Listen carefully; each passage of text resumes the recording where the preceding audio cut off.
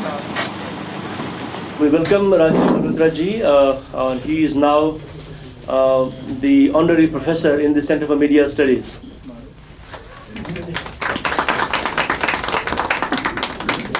We have a chair, Dr. Sanjay Mishra from DST Scientist G, advisor to the Government of India on Science and Technology matters. He is, I'll introduce him formally in the meanwhile. Now, Rajiv Malhotra ji is the president of Infinity Foundation and is the faculty in Center for Media Studies, JNU. And as you know, Rajiv is a very frequent speaker on the media, and he promotes Indic traditions or Sanskrit traditions on the media and defends India and Hindu traditions to the hilt in the Western academic circles, because I have known him since 2009 with Rajiv. I think I was appointed visiting professor to UMass Dartmouth Center for Indic Studies, where he was the chairman of the governing body, I believe, yeah. And so we have a long interaction, and we know what kind of battles we have when we are in America or in England, when we fight the people who are otherwise very, very polite and very, very apparently academic, but they have, as he has reported all those things in his book, The Battle for Sanskrit, very, very popular books. You must have read some of it. There are a lot of issues in America. There are people who are fighting against India and India's pride in the Western media, and Rajiv fights all of them single-handedly. So let us clap for Rajiv. And his Infinity Foundation has been working tirelessly in funding individuals, scholars. Many of the JNU scholars, I think Makran Karajpe has been funded to write books to promote what is called our own culture, Indic culture to the West, Sanskrit Indic culture to the West. So Rajiv has, and he was an engineer, and he put all his wealth into Infinity Foundation. So Rajiv has the phenomenal tradition of work to promote Indian culture in the Western media.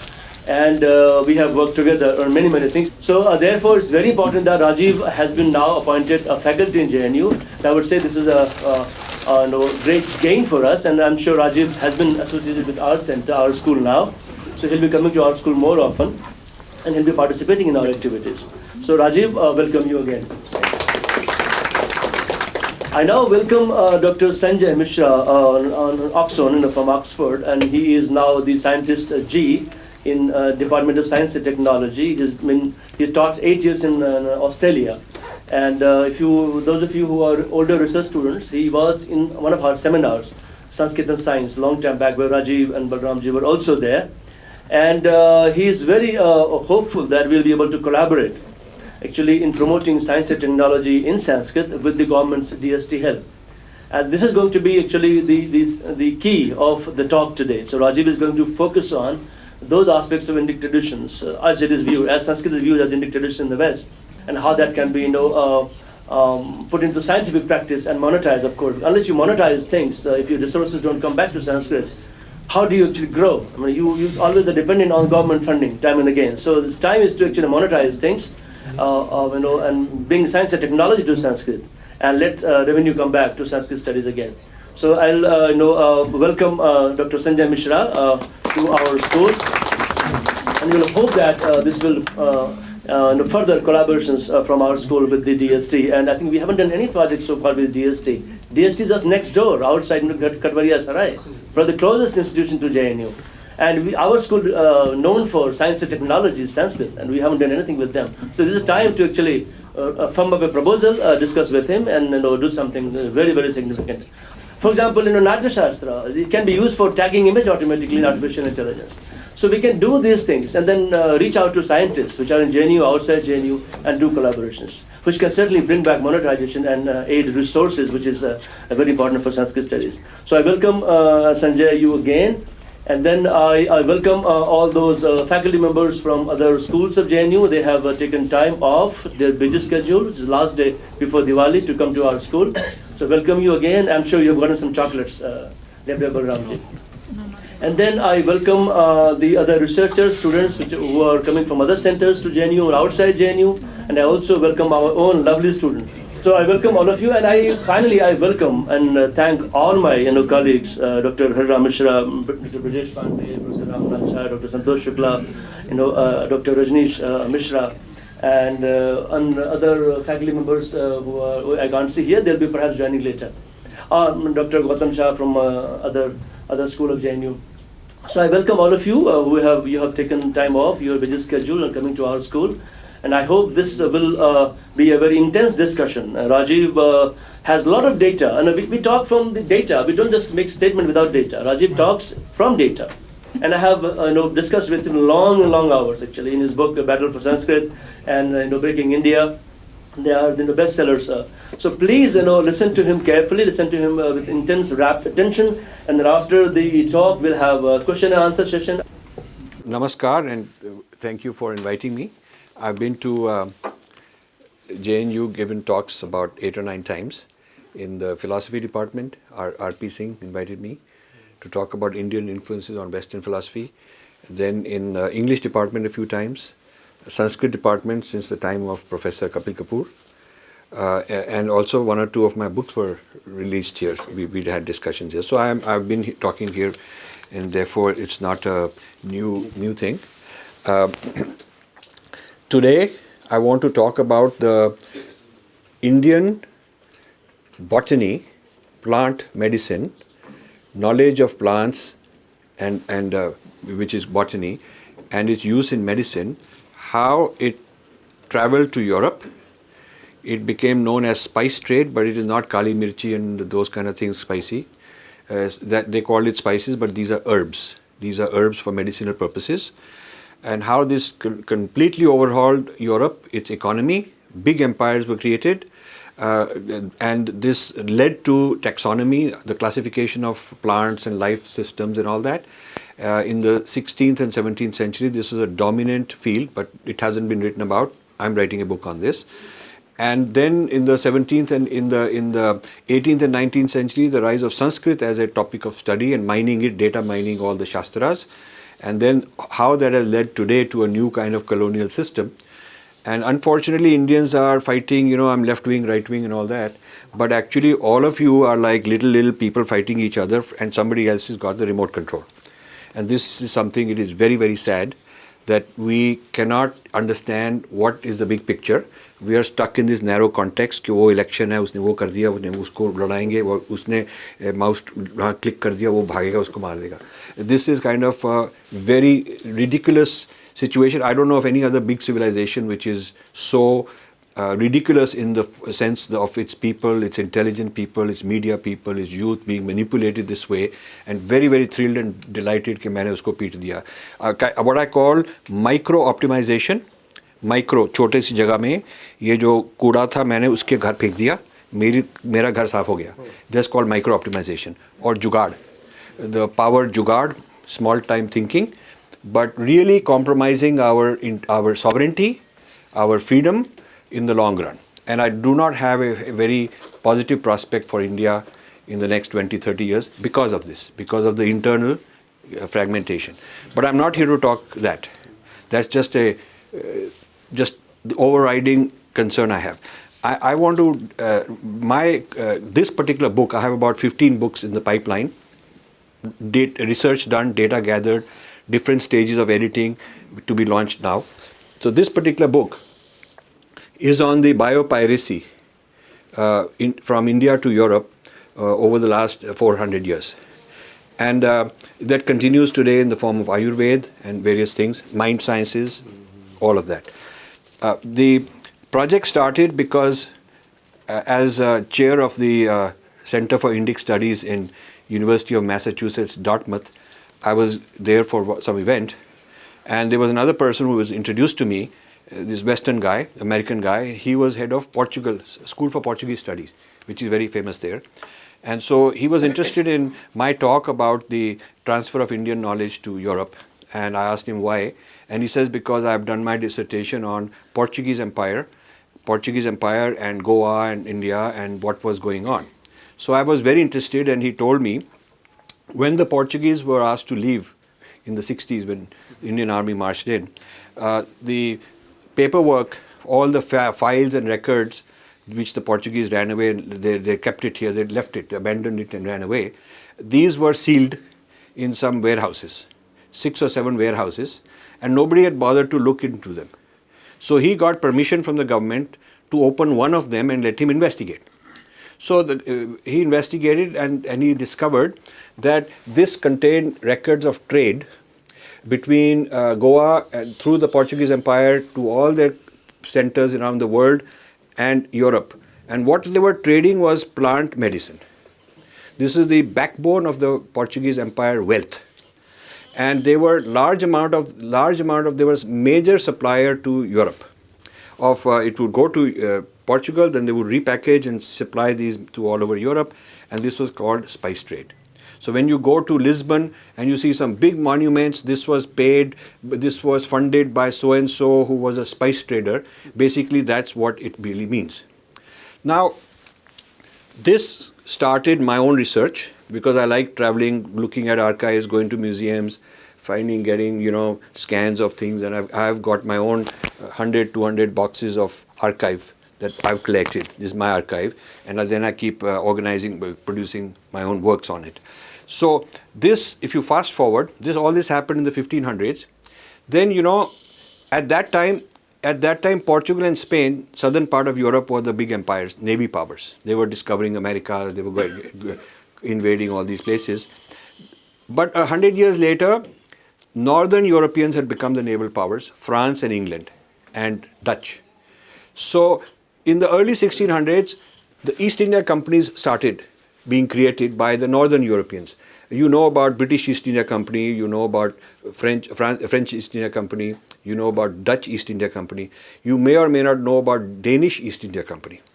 And there was a Swedish East India Company. So actually, there were 5 northern European East India companies after the Portuguese, so there is 6 official. So if you look at there is records available. You can go to Holland and get permission and look up all the records. You can go to all these countries, Britain of course, France of course. But Indians haven't done it. Nobody done it. We are happy they come here and do research. We are not going there and looking at the archive. So what we know about the European empires is whatever the Europeans have written. I give credit to our post-colonial scholars. I give credit. They are the only ones who did some digging. Very good. But we need so much more. Now, I started doing this within my limits, hiring people to do all this. And I found out that the major quest, the major thirst of 2 countries, before Britain, France got involved, it was the Danish and the Dutch who started this botanical, mining of plants, understanding how plants work, coming to India, looking at the medicinal properties of plants, working with all kind of doctors and farmers, and transferring samples of plants, growing them in Europe. And some of the major centers of research in the world, if you look at history of botany, you look up history of botany, they will tell you the word taxonomy comes from so-and-so in Northern Europe. But if you look at who is this person, he was a brother-in-law of the director of the East India Company. So the East India Company was bringing these plants, hiring this fellow who was a scientist, major scientist, to classify them. So they were originally classified in Sanskrit words and in Malayalam, the original. And then there is a major book produced in the 1600s. I saw one of the originals of that at the Harvard Rare Book Archive. They would not let me take a scan of it, but the book is there. That book is in Latin. There is a version of it in Dutch. These were then translated. So they translated Indian texts on plants into their language. And the book is very interesting because they have actually a clipping of if they are talking about a flower, they take a cutting and they stick it there. If they're talking about a leaf, then they cut it and they stick it there. So it's an actual thing that is there. And then they're writing how it grows and when it grows and what is it used for, what is the medicinal property. So it's a huge amount of treasure. This is the very big economy in those days. So this goes on, and then the British and French also get involved. British were more involved in taking the textile and steel kind of things. But these other countries were more involved in the botanical. British also, of course, benefited from it. Then there is a edict from the Vatican. It's called Doctrine of Christian Discovery. How many of you have heard this term? Doctrine of Christian Discovery. Please look it up. When these discoverers, so to speak, were conquering Americas and Africa, there was a fight among them. So the Portuguese would fight against the Spaniards, and they would fight each other. And so and it was not clear who owns this property. We've taken over some native property, and we've taken over their gold, we've killed their people, we own all this land. So there was a dilemma. So the Vatican issued that if you take it over in the name of the church, it becomes it's discovery. It's considered original discovery property of the church because it's taken in the name of God. So this is called the Doctrine of Christian Discovery, which means that जो Native Americans वहाँ रहते थे 20,000 साल के लिए, उन्होंने discover नहीं किया, वो तो वैसे ही रहते थे. When we came and claimed it as ours, it constitutes discovery. That is why 1492 is the discovery of America, as if the people who lived there never discovered it. So this is why William Jones is called the man who discovered Sanskrit in the late 1700s, as if we never discovered it. So this is called the Doctrine of Christian Discovery. So it was very legitimate that you characterize a certain way. So then there was another edict in the 1700s to translate all plant vocabulary, all the plant classification into Latin. The reason, if you go to medical school, all the body things are Latin. Why Latin? Why Latin? What had Latin got to do with it? It's because it was a plan to change the framework, change the language, hide the vocabulary, reclassify it. So this is why botany and medicine and all the life sciences are all Latin based. And even in India, they've never bothered to go back to our vocabulary.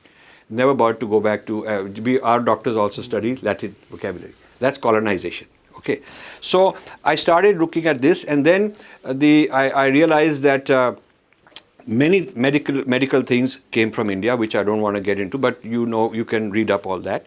Organic farming, which is now Indians are rediscovering and bringing it back. But organic farming, the British person was sent in the early 1900s, late 1800s and early 1900s, to see what they can teach Indian farmers. And he wrote a nice book. I have a copy of that. Very honest fellow. Some of those people are very honest in what they discovered. So he wrote that actually they can teach us, we cannot teach them. And he showed that what is their method for turning waste, what we call waste in England, what we call waste, they turn it into organic material for recycling it as fertilizer. So this business of making compost, he found. And so he developed what the British did is when they would learn something new, they would first replicate it in India. They would replicate steel making in India. They would set up a steel foundry, hire all the people and learn. This is called reverse engineering. They would hire, or textile, they would hire all the good textile people and do that. Now they are hiring Bharatnatyam people into Christian Natyam. So they're hiring the best Bharatanatyam teachers, paying them very well and learning how they're doing it and converting it. So this business of taking the organic farming and reproducing it, that's how organic farming enters the West. And from England it goes all over. And now of course our farms are filled with chemicals and we are trying to import organic farming technology and method, how to put back organic farming. So this is a story that goes on. Know-how, property, assets keep getting sold off or siphoned off or stolen or whatever, recharacterized and then sent back here. And a bunch of really foolish people here more interested in fighting each other than in worrying about the big picture. More interested in कि हमने आपको लगा दिया, आपने मेरे को लगा दिया, वहाँ मैंने post कर दिया, ये कर दिया.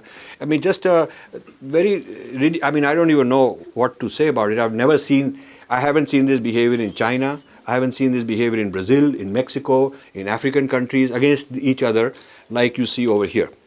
So the rapid depletion of Indian intellectual property and know-how in the case of botany is what this particular book is about.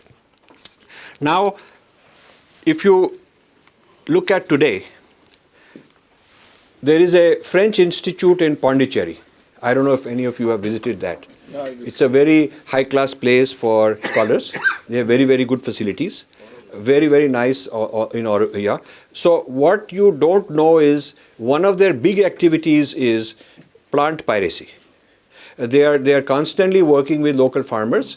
They bring in the sponsors from Europe. They are looking at how these plants are grown in tropical countries, what disease cures and this and that. Because India still has the world's largest biodiversity, both in terms of plants and in terms of human genetics diversity on which you can test out things. So they're doing a lot of first stage pharmaceutical development without calling it that. They in fact think they're doing you a favor because they'll say that we are built this school in this village. You know, like that. We built this here. So Indians very happy कि अरे वाह school हो गया AC का कमरा है वहाँ 10 रुपए का डोसा मिल जाता है बहुत अच्छी जगह है बड़े अच्छे लोग हैं and they are good people but this is what they are doing. So there is now a field of biometals emerging by studying bhasma, Ayurvedic bhasma. Western medicine says that heavy metals are poisonous. So, you know, the heavy metals like gold or, you know, mercury or whatever are poisonous. And if you detect them in the body, it's really a poison. But in Ayurveda, these things are made into very, very tiny particles, nanoparticles, and used for medicine. So now what they're finding is that when the scale of matter, or any particular matter, metal particularly, becomes smaller than a certain size, its properties change. So if it is this much matter, it behaves a certain way, but when it's very, very tiny, it's nano scale, it's not behaving the same way. So what experiments you've done on a certain scale, you cannot assume that the same properties are on a very tiny scale. So this bhasma is the ability to create nanoparticles. It's in fact you should consider it the origin of nanoscience is in India. And also if you look at metallurgy, one of the projects our foundation did is we produced 14 volumes on the history of Indian science and technology. One of those volumes by an IIT Kanpur professor is on Indian steel. So he went around looking at all the steel pillars that have not rusted for a very long time to see why they're not rusted. And he found that in the manufacturing of that steel, they would make a paste, some kind of a bhasma, and apply it to the metal when the metal was still hot and not solidified. So this paste, so biological material would enter the metal. And his theory is that a very tiny film of nanoparticles would be deposited on the surface so that it won't rust. So this is new know-how. So he died unfortunately a few years ago. But he was being hired by people like Ford Motor Company to see if they can reproduce this kind of steel, which will not rust for thousands of years, so they can make engines, because engines rust after 20, 30 years. And then the American Atomic Energy Commission wants to make containers where you can put waste, atomic waste, which will not corrode, because the container corrodes after a few centuries and it creates a big havoc. So they would pay a lot of money to make some material which will not corrode. So that's the kind of knowledge that people are mining from our people. And so recently I was at, in Ayurveda there is something called Nadi Pariksha. You take 8-9 levels of pulse, not one level which the Western system has, It's not just beats per minute or something, but many levels. So one of the pioneers, one of the few successful who survives is Dr. Vasant Lad, and he's in US, he's in New Mexico, so he's old. So I went there to attend his class, and besides my wife and I, there's only one Indian out of 30. So I told him, Dr. Lad, ye kya ho raha hai? You are teaching, I'm very happy, but ye log seekh rahe hain, hamare log nahi seekh rahe. So he said, main kya karu? This is how it is. But then he says, good news is कि ये आदमी Russia से आया, and he's going to make a watch which will, so that the watch, mechanical device will take the Nadi Pariksha. This machine will take the pulse. And I'm teaching him how. So मैंने कहा, but who owns the patent? So he said, वो तो वही करेगा. So I said, but what you are doing in essence is you're transferring Indian intellectual property to this guy. And आपके लिए तो ठीक है, he will salam you and touch your feet and all that. But the point is, over the long run, he and his company are going to take this technology. So I met this fellow, and he is very full of praise, but he controls what will happen. He controls this knowledge. S. Vyasa in Bangalore. I talked to Dr. Nagendra about this. He said, "Hum bhi kar rahe hain. We are also testing some Western guy. He's come here with this device, and we are helping him." I said, "Why are you helping him? Why are you helping him?" So this is a craving, this kind of an inferiority complex. कि मेरे को एक गोरा वाला आदमी आया था, उसने मेरे को ना बहुत pat on the back किया कि शाबाश, और मैं उसको ये दे रहा हूँ. So ये हम बिक गए हैं. This is what it is. We are more interested कि एक दूसरे लड़ लेंगे, पर हम बिके हुए हैं. So India is for sale, has been for a few hundred years. And I'm sorry to tell you, it's still the case. आपस में जितना बड़ी आप लड़ लें. But that's what's happening. I don't see old government, new government, anybody having done anything about it. That's how sad it is. So this, now this brings me to yesterday. Yesterday, I was asked by a very important government or agency to moderate a panel discussion on the future of Ayurveda, because I'm looking at who is doing these things to Ayurveda, with Ayurveda in foreign countries, and it's very clear in many ways they're ahead of us in research. They're ahead of us in research on our traditions. So the people present, they were very concerned that if we don't look after our own tradition, other people are looking after our tradition more than we are, then this knowledge is going. So these 12 people, we moderated them, and this video will come out in January about this discussion, and we'll have another discussion every 3 months to kind of do a reality check on where are we as a civilization in researching our own scientific assets. Where are we? And the interesting thing is, the people are very impressed कि मैंने एक waste में जाके lecture दे दिया था तो मैं बहुत ग्रेट हो गया हूँ. So you see, we are always measuring ourselves by how somebody else recognized us, and so that kind of an inferiority complex is there. So this business of taking the Ayurvedic knowledge and marketing it to this pharmaceutical company or that pharmaceutical company is very rapid, and we think that we are actually helping promote, but we are not really helping promote. It's a short-term gain, but a long-term you lost your advantage, your asset. So this in Ayurveda, a major difference between Indian knowledge in general, not just medicine but whole knowledge, and Western knowledge, is that Western knowledge has simple causation and we have complex causation. And let me explain to you what it means. Simple causation in physics means that there is one cause and one effect. So gravitation may, these two things have a certain gravitation pull. So if you have three objects, three particles, 1, 2 have gravitational, 2, 3 have gravitational, 1, 3 have gravitational. So to calculate what is happening to this 3 particle system, you look at all the pairs, because the fundamental force is only 2 particles. So if you have 1,000,000 particles and you want to see what's going on gravitation wise, then you have to look at all the pairs. Similarly, you could look at for electrical attraction, electrical repulsion. All the forces tend to be like that. So, but what if there are certain forces that cannot be reduced to 2? One cause, one effect. But let's say many causes, and you cannot cut them and dissect them and isolate them, which one did what. Many causes producing a combination of many effects. That happens a lot in India. Many things are causing simultaneously many effects. You cannot reduce it to this one caused that and this one caused that. So for instance, you take adrak and you put it in hot water and you drink it, and something benefit comes. Now the West will say, let's find out which molecule. One molecule we have to find out. So they'll take out that one molecule which is doing the maximum good out of all the molecules. There may be so many molecules inside this adrak. So what happens is, according to us, you can't do that, because this plant has a whole ecosystem. Something will help, something will be a conduit, something will counteract the side effects, something will do this. All of this acts as an ecosystem. One adrak is an ecosystem, and you can't just isolate the molecule. Now, unfortunately, what's happening in Ayurveda is we are turning Ayurvedic herbs into one molecule solutions, and marketing it. Because the Western system of intellectual property, patents and all that, requires you to file for a patent isolating the molecule. You know, you can't say, मैंने अदरक के साथ ये कर दिया है, you'll say, ठीक है.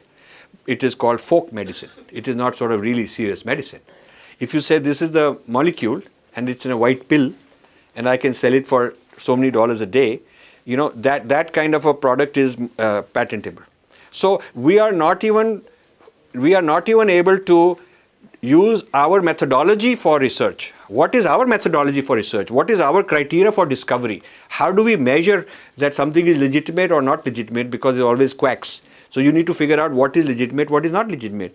But to figure it out, we are always going to West and saying, now you please tell us amongst us who is legitimate by your standard. So to be sovereign, to have decolonized, you first need to have your own vocabulary. You need to have your own methodology. You need to have your own standards. You need to have your own adhikaris. Right now, the adhikaris are all somebody in a Western in a journal. And what he'll accept, what he won't accept is your life depends on it. Your career depends on it. You get one article in that journal, your life is made. So you'll do anything for that, for your career. So we are really colonized. The whole knowledge system is colonized. We can say that we own this, that cure and this one Ayurvedic cure. But when you think about it, for it to go from folk medicine, anecdotal accounts to legitimate science that the world respects, you have to put it through the Western system. China did not do that. Chinese medicine, export of Chinese medicine as an industry is 40, 50 times. I thought it is 10, 15 times. Yesterday I was saying that Chinese is 10, 15 times the Ayurvedic industry globally. And this gentleman from Ayush told me, no, it's 50 times. Okay, it's 50 times. So they have their own journals in Mandarin, their own vocabulary, their own testing labs, their own criteria and standards on how you approve these things, and they stand by their discoveries, they claim their discoveries and export them, because they're not saying कि उनका छाप मिलेगा तो फिर ठीक हो जाएगा. They're not worrying about that. They don't have that same complex. Now I could go on talking about life sciences, but I also want to give you a little bit about other things. Next to this botany thing, which is a volume of my work, I have multiple volumes on mind sciences. Mind sciences. Mind sciences, now, many of you aren't, you probably noticing, when they talk about mindfulness, so it's sort of like Vipassana, but it is Vipassana. John Kabat-Zinn was a Vipassana teacher. He learned it from Goenka. He was very grateful to Goenka while Goenka was alive. When Goenka died, he turned it into his own mindfulness, filed all these patents, and in Massachusetts General Hospital, where he works, claimed it as his discovery. So now when they teach the history of alternate medicine, there is a field called alternate medicine. It's taught as an elective in American medical universities. When you study the history of alternate medicine, then the founding father of meditation science is John Kabat-Zinn. Okay, so that's what it is. So Stephen LaBerge from Stanford learnt Yoga Nidra, and he calls it lucid dreaming, and it is his discovery, and he has got centers for lucid dreaming all over the world. So I saw him in a conference about 20 years ago talking about this. So I went to him afterwards. I said, this reminds me of Yoga Nidra. So he was very, हाँ बाद में बात करेंगे, kind of, we'll talk. He didn't want me to say it in front of those people. So then he took me out to a lunch somewhere, very happy. Then he was telling me, I had this guru, I went there, I learnt it, I'm very good, I love your people, I'm eating with my hand, all that he's telling me. Okay. But then I said, why don't you tell it to those people in front of them? And he said, no, because you see, they won't believe it, they won't take it seriously unless they hear it from me, because he's the Stanford guy and he's got a big degrees and big adhikar. So if he calls it his own, then it will be legitimate. I mean, that's like King George was asked, about this Kohinoor, and he says the people of India should be grateful that their king has chosen that particular diamond to wear on his head.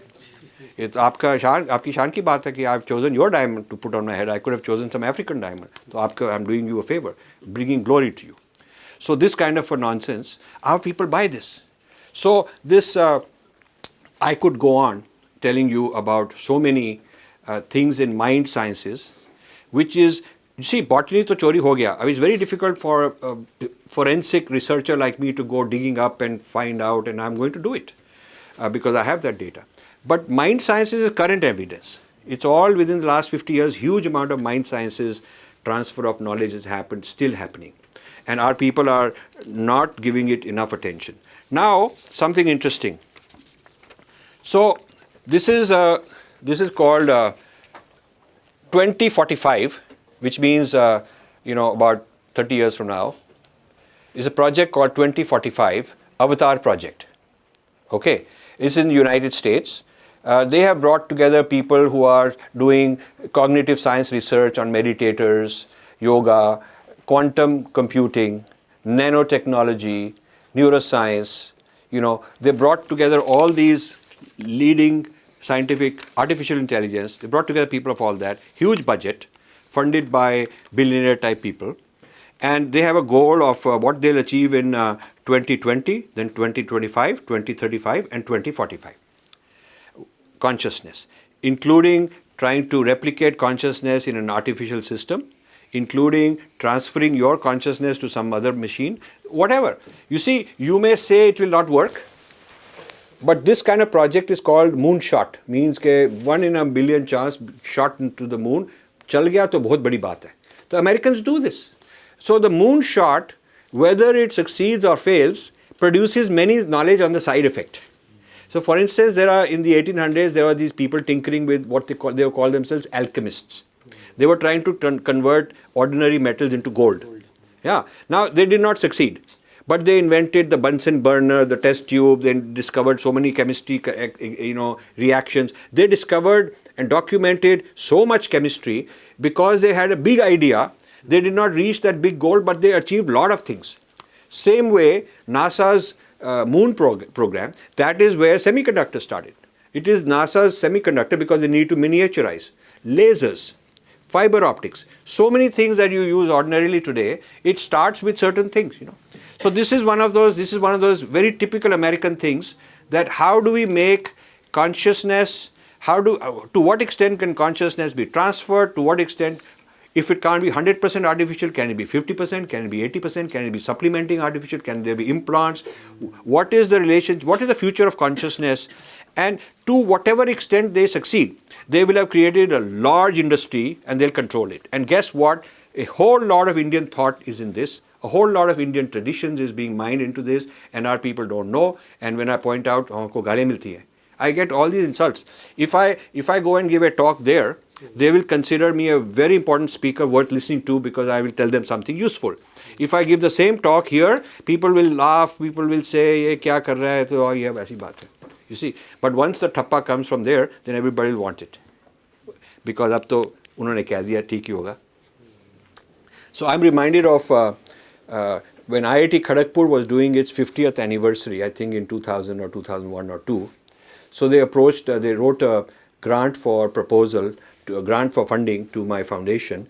They were going to have many seminars or conferences. One of them was on mind sciences. So it got my interest. And it was, Freudian thought, mind sciences, this guy's theory, Jungian thought, nothing on India. So I wrote to them, I'll fund, but there should be one panel on Indian mind sciences. And I got a very interesting reply, I still kept it. It says, sir, we are not saffron people, we are secular, we are scientists, sir, we are not political.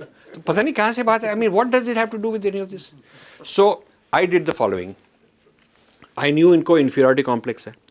So I went to Robert Thurman, who's a Buddhist in Columbia University. He's the father of Uma Thurman. He was the translator of Dalai Lama many years ago. He's a very genuine Buddhist follower, good friend of mine. So I went and said, Bob, this is your payback time. You've always said, how do I pay back? I keep complaining, you guys are getting things you're not paying back. So I have a way you pay back. You should write a proposal.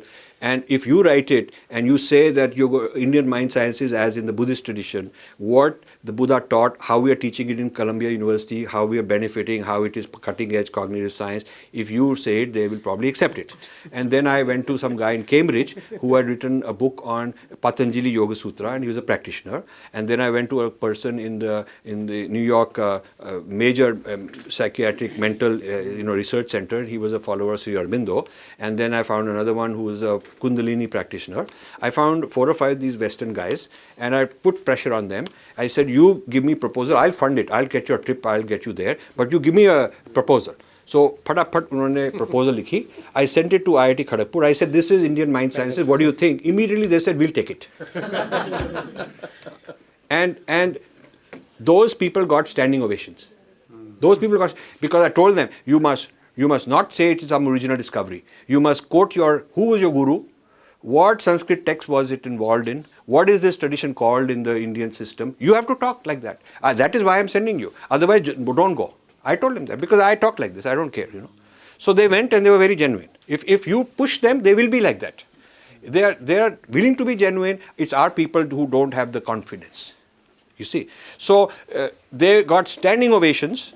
And then they got invites from Kerala, some psychology department, this one, that one. And we started funding these guys to go wherever they got invites in India. And this started a new discipline called Indian psychology. We were a major player in creating that discipline. And then Delhi University Psychology Department started having regular conferences on Indian psychology. So now there is a field called Indian psychology. Some people have written textbooks, some dissertations have been produced. So we are trying to take it back a little bit.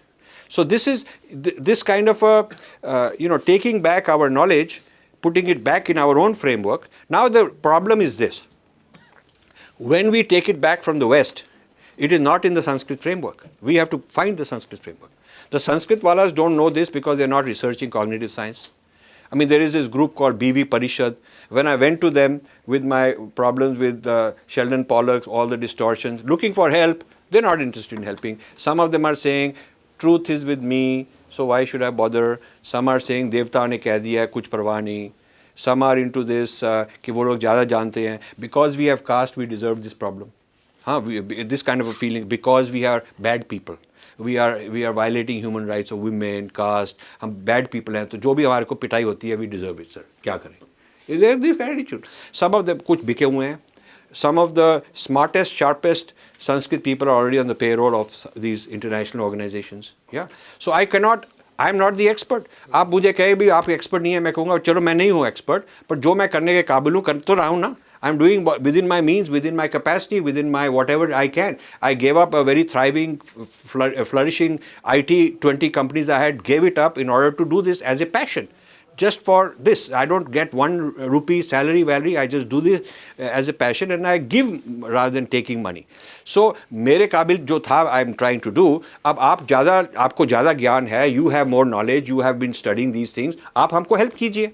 So, rather than helping, they will mock from a distance. So this is our problem. This is our problem. So even when I bring back this botany knowledge from these books I'm writing, bring it back to us, the big gap that will need to be resolved is that knowledge needs to be put back into the Sanskrit vocabulary. When we bring back mind sciences, we need to discover what is the original text where they got it from. And we have to do research on that. So when we are talking, so these people, they are already using translated works. And these translated works have gone from some practitioners, some gurus, have gone into the Western world. Then that person is called the founder, is the discoverer, then he's taught others. So now it's become theirs. So with the original trace is lost. That's my job, to find out through forensics. And when I find out through forensics, I'll have some idea where it came from. But I will need help. You see, I will need your help. So you can laugh at it and mock at it and all that. I'm used to it. It doesn't bother me. I'll keep doing my job. This is the best I should do because, that's what I've been doing full time for 25 years and I'll keep doing it. Okay. Now, those who are interested in helping, we do have fellowships. We do have research fellowships. We want to work with the government. I want to bring all this knowledge to India. because I'm not going to last forever. I need that my successors should be in India. There should be Indian people in India. And I want the knowledge, the R&D, the research into the future of all this to be here. But I need people. I need to create some team. So even for that, we are willing to get the funding to create this kind of a team. So once there are teams that take over this knowledge and want to take it further, then we can bring it, transfer it here. Now time is up, but I'll just take a few minutes to list things I didn't speak on. So there is a huge transfer of mathematics from India. Another book on that. There's a huge transfer of Indian philosophy. A huge transfer of Indian philosophy, not only Schopenhauer, who's well known, but many others that went deep into the Western thought. A huge influence on literature from T.S. Eliot onwards. There's a book called T.S. Eliot and Indic Traditions by Dr. Cleo Kearns, published by Cambridge University Press. She's a good friend of ours. We've helped her, funded her for a long, long time. We've known her. She went and looked up T.S. Eliot's personal archive because his wife was still alive at that time. And he had Sanskrit. He was a Sanskrit scholar at Harvard. So he had the Upanishads, and in the margin of the Sanskrit he's writing in English. And most of his big poems like The Wasteland, the 4 quartets, are basically passages from the Upanishads. His original work where he has taken the Sanskrit, written translations into the side, then those become his poems. That's what she's shown, what it is. And one of my niece into this, English honors, plana, aap uncle, aap to bahut traditional ho gaye, aise. I said, who's your favorite poet? She said, T.S. Eliot. So फिर उसको मैंने book the. But then she never came back. She didn't want to talk to me. So actually, that book, we got the rights to Indian publishing, and we gave that to Makarand and said, Makarand, you publish it and market it here, and he did. I still have a few copies of that left. Then there is a whole transfer of metallurgy. Indian metallurgy was way ahead of European metallurgy till 1700, early 1700s. Then one of the interesting things is we feel that this business of Indian workers going to foreign countries is new. But in 1,000 years ago, there were Indian doctors and various astronomers and all working in China and in the Middle East. Indian knowledge workers in both the Middle East area and in China who are known, well documented. Somebody should write a history of knowledge workers, Indian knowledge workers. I don't have time to write all the books myself. Somebody should go to all those places and write a history of Indian knowledge, how Indian knowledge workers were very highly regarded. The Chinese emperor would always bring some astronomer and some medicine guy and all that into his court from India. From Nalanda, he would go bring some people. Like today, you would bring some guy from Harvard and say, you please come and help me. So India was exporting knowledge. So from a R&D knowledge hub, an exporter, primary one of the world, we've become a consumer. We've become, instead of a producer of knowledge, we're a consumer of knowledge. So gulami hogi. So I didn't get into this, but I'll just say it briefly. After this era of plants, botany, for almost a couple hundred years, suddenly there is this European appreciation for Sanskrit, starting in the late 1700s. And this launches a whole new era of Sanskrit, understanding grammar. Then Panini gets digested into European linguistics. So much data mining of Shastra goes on. Now they've collected plants from all the continents, not just India, but America, Africa, and all that. So now but they need a theory. They need a plant theory. They need a vocabulary. They need classification systems. So they keep getting all these kind of things from India, all sorts of knowledge from India. So this business of Indology. I'm writing another book. Now you'll say, book hi likhi aa raha hai. So I'm writing on the history of Indology. History of Indology, there's no book called History of Indology. Simple, History of Indology. From William Jones to Sheldon Pollock. History.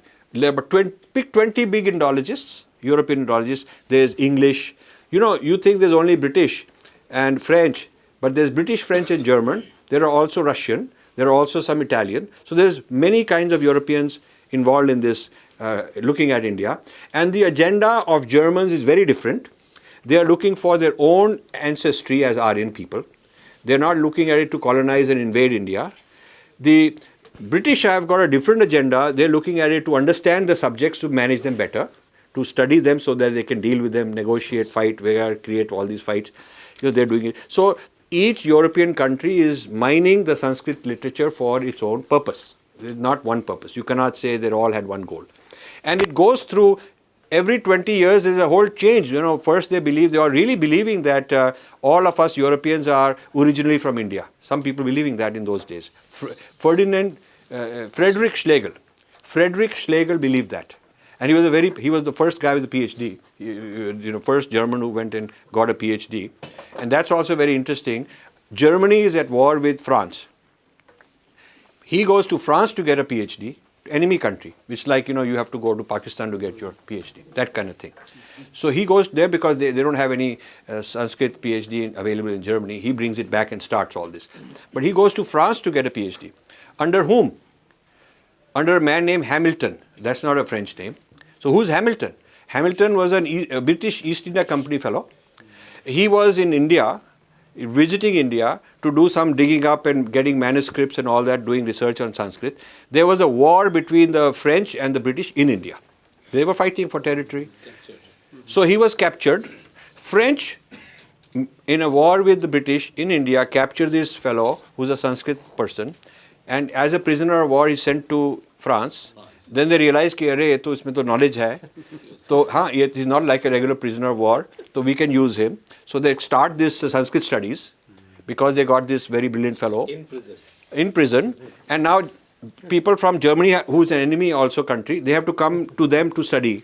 This is the story that we don't know. We don't know how much European history has to be rewritten with this knowledge when it comes out. These volumes that come out, it's not only rewriting the history of India, past, present and future, because these are future things also, but also you have to reimagine Europe. I mean, I'm more interested in challenging them about their own history. That's my job.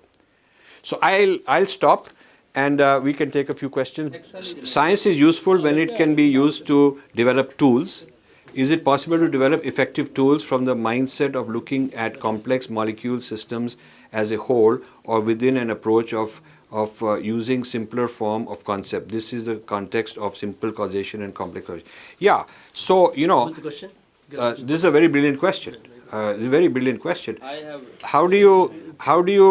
What he's saying is that the quintessential Indian thought, as I understand it, is complexity. A complexity at many planes, many levels, and many moving parts. While the West has done a brilliant job saying, Karabi, that's too complex, we are simple people, so we'll have simple causation, but we will keep doing so much research on simple causation, make machines. Last 400 years, they've revolutionized the world, taken over with all this high tech, using simple causation. If you really think about it. We may say we know about consciousness, and they'll say, okay, but semiconductor didn't require that, and laser didn't, and fiber optics didn't, and the computer didn't, the iPad didn't, the internet didn't. Nothing that we rely on, the whole world relies on today as science and technology, required any spirituality.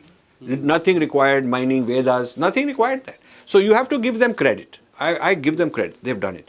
But the thing is that they are now realizing that they're also reaching the limits of where else you can go. So when you talk about quantum computing, that's the first kind of fuzzy area where it is not a linear causation.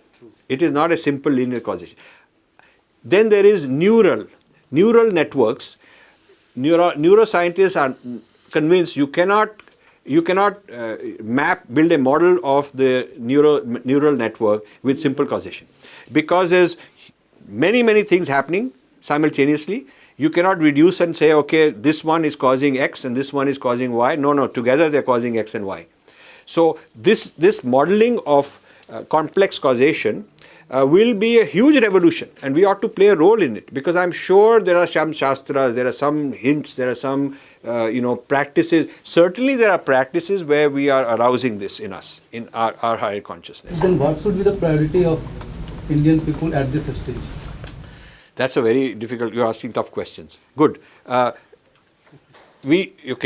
To be practical, we have to put food on the table, we have to, make clean water. So much technology the West has, which is based on simple causation, simple technology, we can benefit from, and we ought to. There's no reason that we should try to ignore this and just leapfrog. But while India catches up in the next few decades with the current state of the art of Western technology, my concern is that projects like this will make us colonized again. By the time we catch up with all that, they'll say, "Acha, theek hai, wo to purani baat hai, we are now ahead. Now we got the new thing." That's my concern.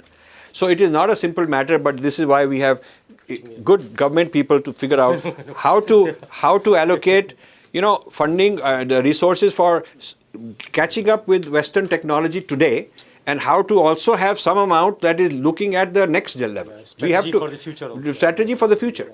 And this is but those are very good questions. I am data mining what I discover some people doing in whatever language they're doing. I data mine and I look for Indian sources. I'm a historian. I'm not a biologist, but I'm a historian of biology. I'm not a linguist, but I'm a historian of linguists. There is you could be writing a book on the history of cricket without being a good cricketer, and write a perfectly good book. And on the other hand, somebody may be a great cricketer, have records, but not know how to write a history book. So history is a separate thing. So I'm writing history of ideas. There is a field called history of ideas, history of science. I'm writing history of Indian transmission of knowledge to other places. Chinese have written hundreds of books on Chinese knowledge going around. Arabs have written a lot. Indians haven't written this. So I'm filling that vacuum. That is my swadharma. That is my capability, because I've been educated in a way and I have interacted with the Westerners in such a way, being in business, being very confident, that I'm not easily bowled over. I'm not in awe. I can negotiate, I can argue, I can talk back, and so I'm using my skill.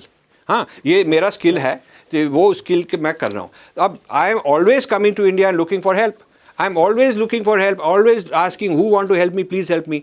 तो problem is यहाँ पर लोग पीछे बैठ के कहेंगे, you should. I get about 200 emails a day, and I have this scanner where if it says you should, it deletes. What is the impact of market which one will have to take into account? Okay, is this effort to revive and trace Indian knowledge one of the ideas, even if the idea is traced to India, to idea, is Indian attitude compatible with the market, because we have a more community attitudes good for all. So there is an issue. I think if I can summarize properly, we do not have a let's commercialize it, whereas the world of knowledge today is run on intellectual property. So Microsoft has this asset and they make money on it, and Google has this and that, and we would say, chalo, let's have knowledge for the sake of knowledge and share it. So this is something we have to decide. I mean, the fact is that this is where tradition and modernity collide, because we are a capitalist society. आपका जो business है, it is capitalist. या तो आप free दिया करो, right? So we are living a double kind of life. हमारी tradition में there are certain things, and then the way we are living our Vyavarika life is very modern, westernized. So this is an issue which is not specific to my work. This is an issue whether I'm here or not, whether I'm dead, not doing this work. This problem is there. This problem is there, that we are in a world where the international success, consumerism, we want the latest consumer products. Now these consumer products are made by people who want to make money. The consumer product not coming out of, the new phone is not coming out of somebody out of charity for you. Nobody is saying कि because of this global consciousness, we are one, tattvamasi, aham brahmasmi, तो मैं आपको सबको एक phone मुफ्त में दे दूँगा. Nobody is doing that, right? So then that requires a whole different ecosystem where labor would be free, where products would be given away. We are not there in that world. So how to be practical in this world, at the same time respect our tradition, respect how to make them fit. It's a very, very complex question you asked about what kind of an economy. It's an economics question. The question is, how can you have a dharma-based economy which is compliant with the dharma ethics and also competitive in the world economy today? I don't have an answer. I'm honest, I do not have. I wish I had an answer. That also has the cost effect thing. The current economy also has a cost effect linkage. We'll have discussions continuing after. Wait. We have to continue discussions afterwards during tea. So I'll now request the chair to hear his comments, and then we'll. Because समय की थोड़ी कमी और सबके अपने में, इसके बाद भी डिस्कशन हो सकता है चाय के साथ में. I take this opportunity to thank you, Rajiv ji, for such a wonderful talk and giving lot of the new vistas and new ideas, at least to think for the audience and to me also personally. For example, जो आपने botany की बात की, probably we will look after. आपकी जो 2-3 चीजें थी, I look in a broader perspective, what we call the history of technology and history of science. Because मुझे कुछ वर्ष इंग्लैंड में रहने का मौका मिला था, मुझे याद है कि वहाँ पे इतने स्ट्रॉन्ग डिपार्टमेंट होते थे दोनों, पर मुझे हिंदुस्तान में, मैं कुछ साइंस विभाग में हूँ, तो आई एम नॉट श्योर कि ये विभाग कहाँ हैं, कहाँ एग्जिस्ट करते हैं, उनकी क्या वो है. So probably we need to strengthen, and I'll take this note and I'll try my best in my system that despite being DST, can we collaborate with historians to have a history of science, history of technology, because that is a broader picture जहाँ से ये सारी बातें निकल के आएंगी. मुझे इससे एक छोटी सी चीज़ याद आई कि जब मैं पोस्ट डॉक्टर कर रहा था यूएस में 2001-2 में, तो उसमें एक जो कि मेडिकल कॉलेज से जुड़ा हुआ था, वहाँ पे नेचर साइंस के जो बहुत ही नामी जर्नल्स हैं, उनमें लेटर रोटेटर मैंने पढ़ा, और the letter rotator was written by, this is the plight what I also share with you, that was written by some American professor who was a surgeon, and he himself was writing to the previous review article where the nasal surgery was originated from the whatever, like वो England के अस्पताल के बारे में लिखा होगा, but उन्होंने उसको काटा था कि नहीं भाई, nasal surgery was much more prominent in India in those days, so उन्होंने काट दिया था. पर मुझे दुख इस बात का कि वो भारत से नहीं गया था, वो लिखा भी अमेरिका से था और उसको काटने वाला अमेरिकन था, उससे मुझे था दुख हुआ. तो कमिंग बैक टू, वो शायद हमें उतनी थोड़ी सी हमको आगे चीज़ों को बढ़ाना पड़ेगा. And overall system is not to blame one person, one institution, one thing. Overall चीज़ों में आई थिंक हमको इसको उभारने की ज़रूरत है. और बाकी आपने मैन मशीन की बात की, artificial intelligence, I must tell you that in last 3 months, because this may not have come to the public domain, within the government of India system, there has been the meetings at the very top level to the whole bureaucracy to how to promote and how to equip the country to face the challenges of artificial intelligence across the ministries. I mean, where the Prime Minister was sitting for 2 hours and having a lecture with the whole, at least more of the 10 of the ministers and secretaries of government of India for the artificial intelligence. So things are, slowly moving up and taking the shape, and I hope that we'll take care of that. Thank you very much, and I look forward for a partnership and having the ideas and thoughts for the promotion of some schemes from the place. We will work together. Can I make one quick point on what you said? कि ये जो artificial intelligence की बात है, at the conferences on artificial intelligence which I attend, people are very convinced. A question was asked, in 25 to 40 years, by middle of this century, which of the jobs being done by human beings today will not be possible to do with machines? So this was, they took a lot of jobs, doctor ki job hai, farmer ki job hai, tailor ki job hai, whatever. And actually people came up with the conclusion that hardly 2% of today's jobs will be something humans will be required to do. Now, if 98% of jobs vanish, what will so many people do? Okay, so one idea is that, this will create new kind of new platform. Now, this is not a ridiculous conclusion, because, if you look at 50 years ago, क्या था? Computer नहीं थे, satellite नहीं थे, क्या था, ये जो IT शाइटी नहीं था, कुछ था नहीं ऐसे. So many of the jobs today did not even exist. So most of the jobs that young people are getting, your grandparent generation, that job did not exist. So it means that 2 generations from now, same will happen. And are we as a nation future ready? That's the concern. So Thank you. it's me great pleasure to thank you all these speakers. I thank Rajiv Malhotra ji, who took time off his busy schedule to come to our center, our school, and I hope that he'll be continuing to come to our school. It's a great, Rajiv is a great catch by the Center for Media Studies.